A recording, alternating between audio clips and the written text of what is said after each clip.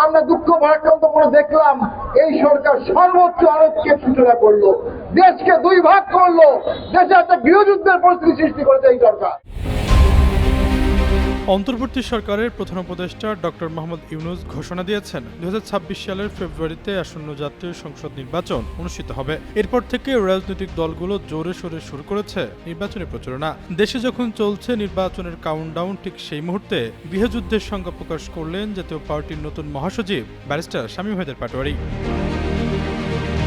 শুক্রবার রাজধানীর কাকরাইলে জাতীয় পার্টির কেন্দ্রীয় কার্যালয়ে আয়োজিত এক সংবাদ সম্মেলনে তিনি বলেন, দেশে এখনও জাতীয় নির্বাচনের উপযুক্ত পরিবেশ তৈরি হয়নি। সব দলের অংশগ্রহণ নিশ্চিত না হলে দেশ গৃহযুদ্ধের দিকে যেতে পারে। নির্বাচনের জন্য লেভেল প্লেইং ফিল্ড এখনও অনুপস্থিত উল্লেখ করে তিনি বলেন, সরকার যদি সদিচ্ছা দেখায় ও সক্ষমতা প্রমাণ করে তাহলে আগামী 6 মাসে নির্বাচনের পরিবেশ তৈরি করা সম্ভব। জাতীয় পার্টি সরকারের ভূমিকা পর্যবেক্ষণ করছে, সেই অনুযায়ী নির্বাচনে সিদ্ধান্ত নেওয়ার কথাও জানিয়েছেন তিনি।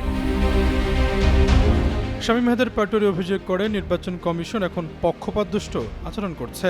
অনিবন্ধিত রাজনৈতিক দলের সঙ্গে তারা সংলাপ করছে, অথচ নিবন্ধিত দলের অধিকার রক্ষা নিয়ে তাদের আগ্রহ নেই। এদিকে দলীয় বিরোধ নিয়ে শামীম হায়দার পাটোয়ারী বলেন, যেসব ব্যক্তিকে জাতীয় পার্টি থেকে বহিষ্কার করা হয়েছে আদালতের রায় অনুযায়ী তারা এখনও বহিষ্কৃত রয়েছেন।